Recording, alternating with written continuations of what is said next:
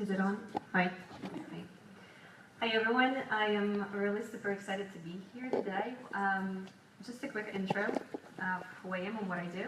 I'm a public relations manager at SMrush. It is a suit type analytical platform for digital marketers. We specialize in keyword research and SEO and PPC, but we also do have such tools as brand monitoring for tracking your brand reputation online. But I also did work as an email marketer, so I do know the drill. It's not that I'm just here up on stage talking about something. But before I begin with my presentation, I wanted to thank event organizers for allowing me to speak in front of you and share my research and my thoughts with you. Frankly, I was really super nervous when I got accepted because it was 1 month before the actual date of this event, and so I was really nervous because I had to apply for a visa, and those things they do take a lot of time. And I was thinking I'm going to be this sucker who's never going to make it because these things they take a lot of time. Specifically, well, there's this entire process of filling out those applications. I love. My favorite part is the have you ever in the applications. I love it. So here's this one question that I still have in my mind. I can't forget it. So the question is, it was in the application, and I'm speaking of the UK visa. So the question is, have you ever engaged in any activities that might indicate that you may not be admitted to the UK?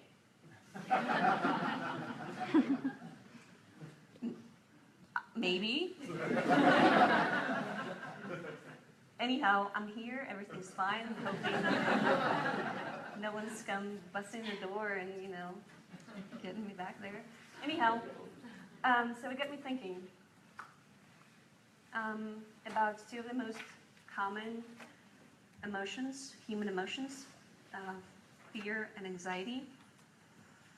So we live in a truly global economy. We don't just like the idea of having this frictionless and seamless system of exchanges of goods, of people, of services. We actually require it, we demand it.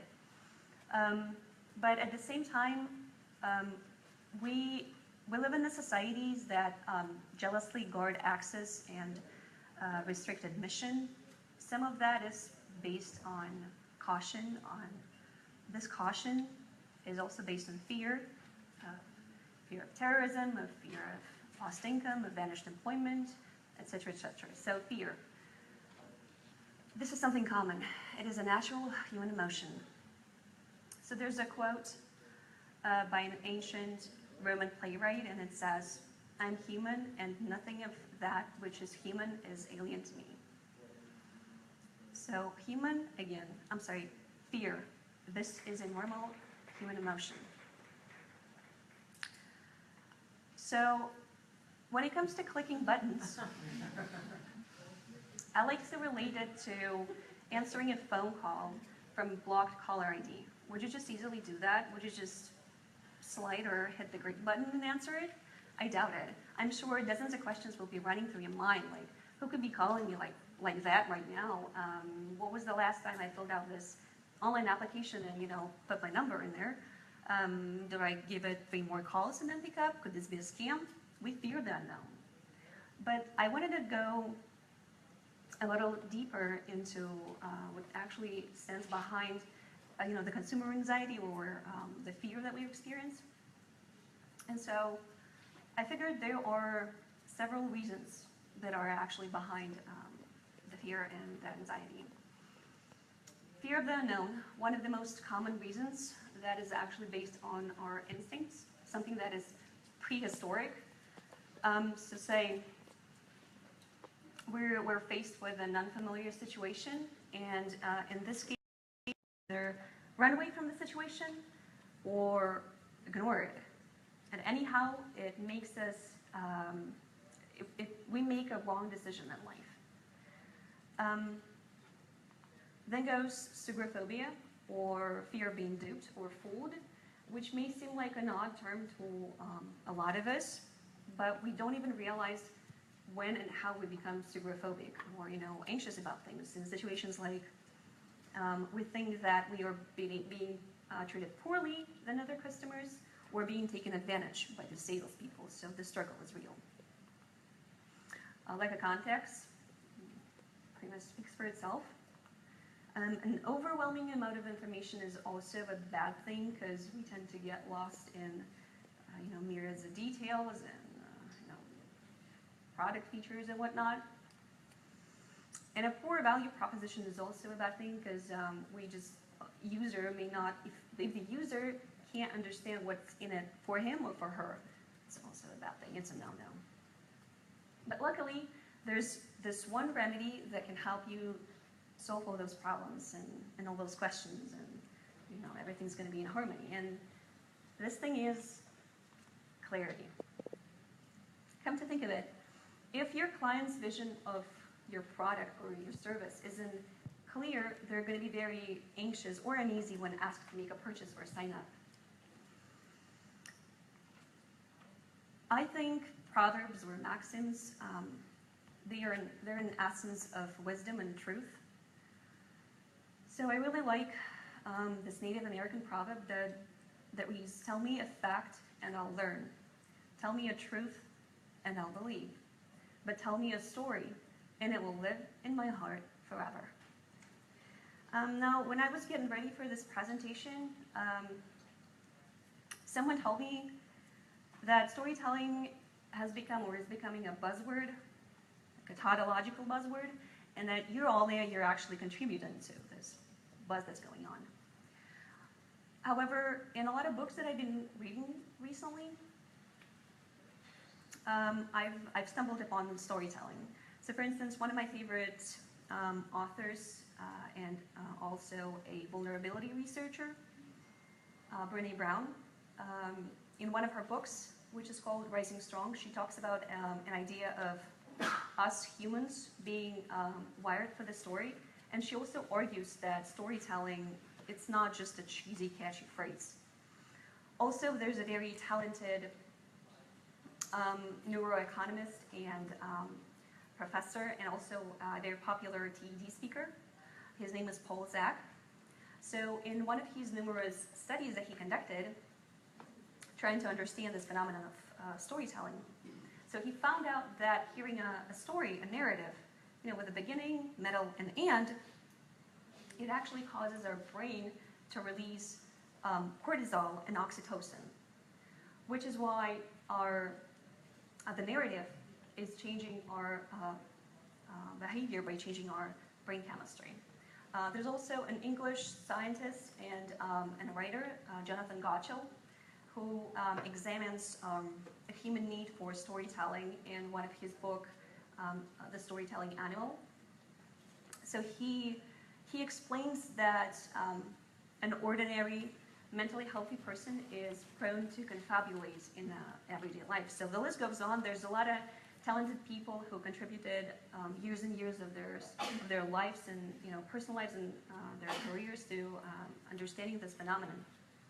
But I know this isn't a psychological symposium. We're here to talk about emails. So how do we apply all this philosophizing to email marketing?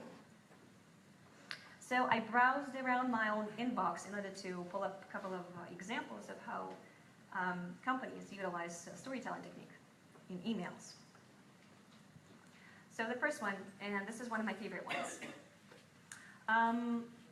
When it comes to really brief, short emails, I really love the ones by Urban Daddy. So each of their perks series is carefully crafted in a short yet very compelling story. And this one invites you to become a part of the story. So it reads, David Hasselhoff, Holly Votes, and Burt Reynolds all were members-only jackets before you. But not even they got them for up to 60% off. So how can you resist co-starring with David Hasselhoff after all? I believe there's something intimate in sharing your story with someone. So this one's an example by Tom's, a very generous gesture that shows. So the story in the email goes, it starts with explaining how the company was founded, how the company founder, Blake Mycoskie, started a company with a simple idea of donating shoes to kids in need with every pair sold. Nowadays, there's a lot of companies that can clearly define their what in their house, but when it comes to why, it always goes missing. So in this case, they bridge the educational gap between their company goals of why are they here in business and their prospect, their subscriber, their users. So that is why I really like this one. When it comes to learning a language, it is really, really hard. And motivation doesn't always kick in when you need it. The reason why I like this email is because it's not just a simple word of the day email, it tells you a true story. So this one is telling us that on New Year's Eve in Spain, everyone eats 12 grapes, one for each of the bell chime right before midnight. And then the email explains the reason of how this tradition started. So if you're really truly passionate about something in life, say you're really passionate about learning Spanish, this fact is going to be a huge motivation to you because, well, it's an amazing fact, and there's plenty of other facts to know about. Okay, well, I should probably get out there, and learn more about it. It's just a matter of starting. You really have to start. You really have to take this small step, and once you start, you won't be able to. Well, of course you will at some point, but this nagging feeling of incompletion will help you get going. I'm sure a lot of you heard this advice. If you want to start doing something, say if you want to start a company or start writing a book, just start it, and you'll be able to get there. Well, unfortunately, it actually works the other way too. Say, if you really want to finish writing a book, you probably shouldn't start watching, a new TV show. Or if you want to cut down on the amount of Netflix you watch, you probably shouldn't start watching a new show because once you're faced with something like that, with this to be continued thing, it really gets you frustrated because you want to know if Anita's baby is from Corlo or Fernando, or are they going to elope somewhere in a wonderland and live a happily ever after? So this is going to get you hooked. So it's another thing that psychologists also found a definition for. Let's take a quick trip back to 1927. A Lithuanian-born Gestalt psychologist, Bluma Zagornik, was sitting in a restaurant in Vienna and enjoying her coffee when she noticed a funny fact. Waiters in a restaurant remembered orders that were in progress, but as soon as the food hit the table, they just seemed to wipe it out from their memories. And like any good psychologist would do, Bluma went to the lab and designed a study. So a group of adults and children were given anywhere from 18 to 22 tasks, both physical and mental. Physical is like crafting something manually, and mental is like solving a puzzle or a riddle. Only half of those tasks were interrupted, so they would never get to be completed. And so by the end of the study, she found out that people remembered interrupted tasks 2 times better than those tasks that were completed. So Bluma ascribed this finding to a state of tension or anxiety, akin to a cliffhanger effect. Our mind wants to keep going. It is bothered by loose ends. If you tell it to stop, it won't. It would still keep going in order to find the solution, the ending. So some psychologists call it a need for closure, this desire of our minds to, and the state of uncertainty, and resolve unfinished business. But it's also a good thing because it adds, it motivates us to work harder, to work better, to work to completion. It pushes our minds to concentrate on details, which sometimes is a real challenge. And you might not be surprised to know, but there's a lot of companies that utilize the Zeigarnik effect in their product development or in their marketing. Say in gaming industry, they rely greatly on discontent in order to keep players engaged. So the harder it is for a player to finish the game, the greater the dopamine rush at the end of the game. So here are just a few examples of how the Zeigarnik effect can be used in subject line. I really love the top one because, personally, it provided a lot of great insights of how I should be dealing with my life. So my favorite one is right there. Yeah, just a couple of other examples below. But the exact example. So if your user, if your subscriber has a running project, it's always great to give them a bigger picture. Say where you started, how's the progress going on, where are you at the moment, and how many more steps you need to take in order for the entire thing to be completed. It is a good thing because it shows that you don't exactly care about the user or the prospect, because in the future he's still going to be paying you, or whether he or she's paying you right now. It shows that you care for, say, his or her time management. In general, it shows that. Well, here, take a look. It took us 9 months in order to get here, and here's a couple of more months, and we'll be at a different stage. So it helps to stay on top of the minds of the users. I really love progress bars. So progress bars help.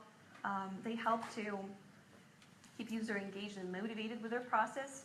And regardless the pace, because it's always individual, it's the progress that really matters.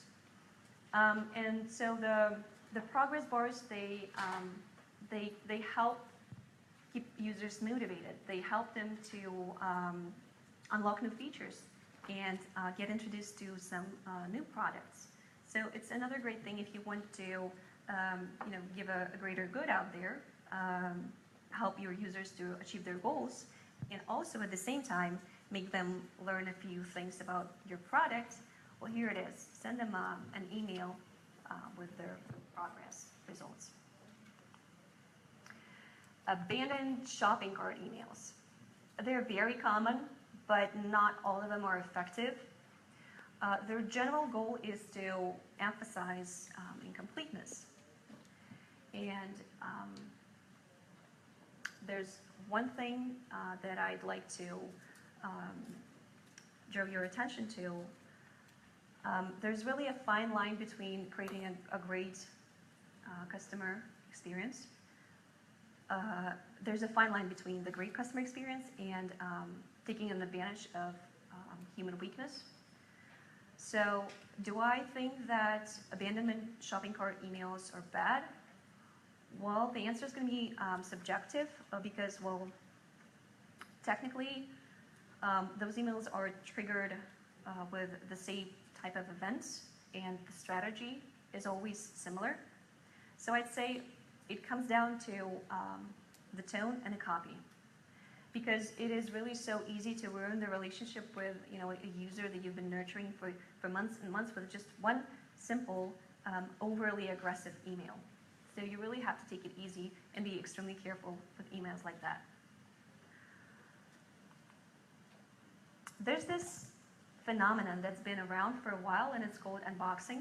I'm sure some of you at least heard of it.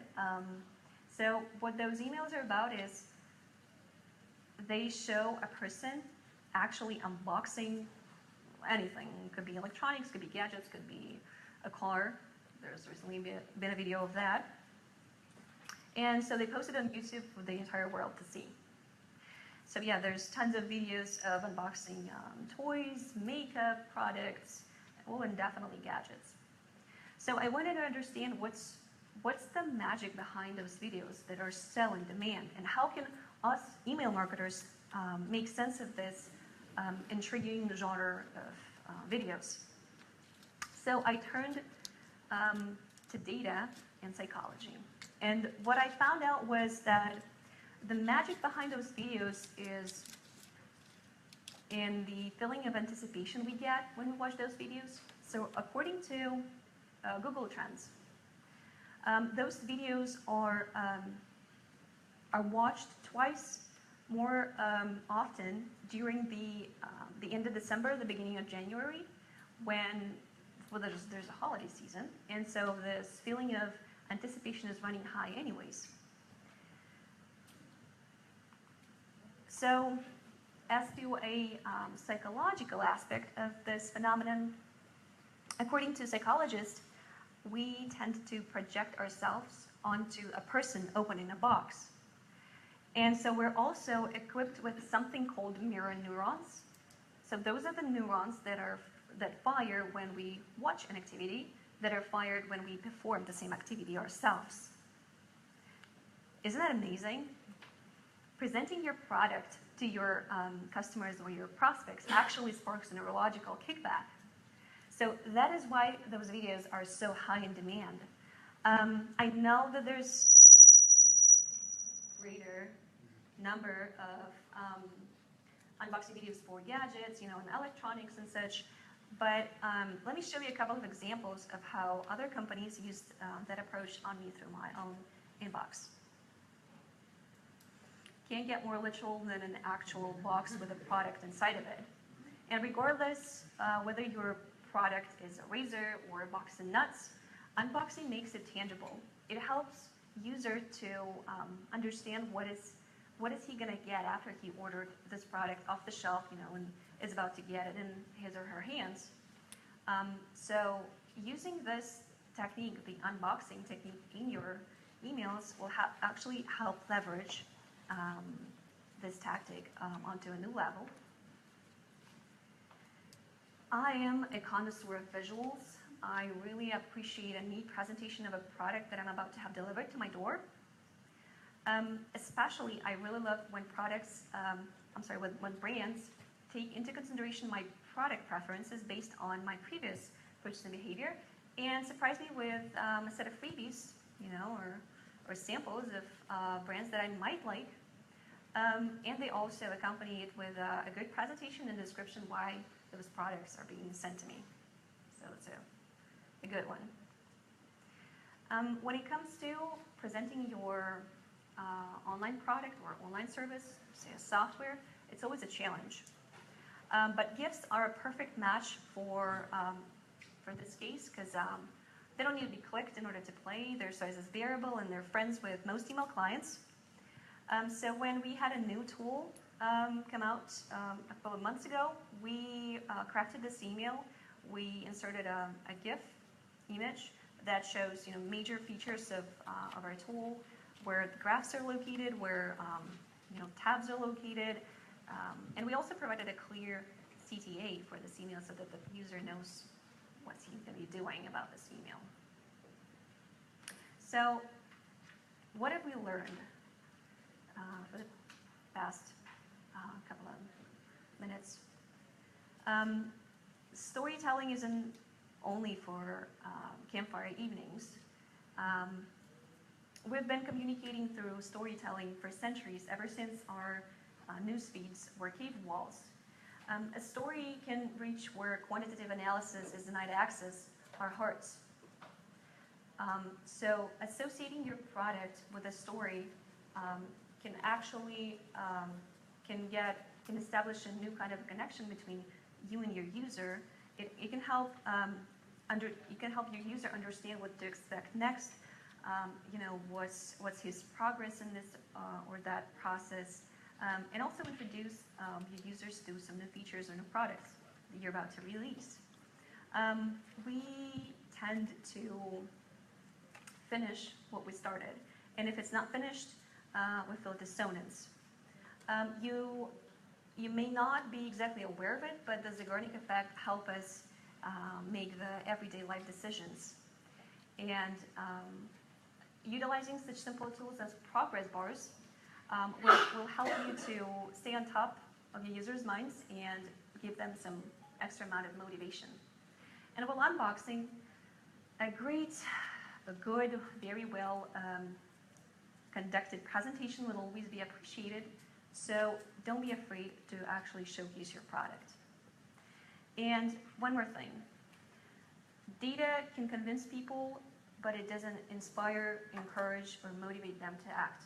In order to do that, you have to share your story through a concept that excites their imagination and stirs their soul. That's all I have. Thank you.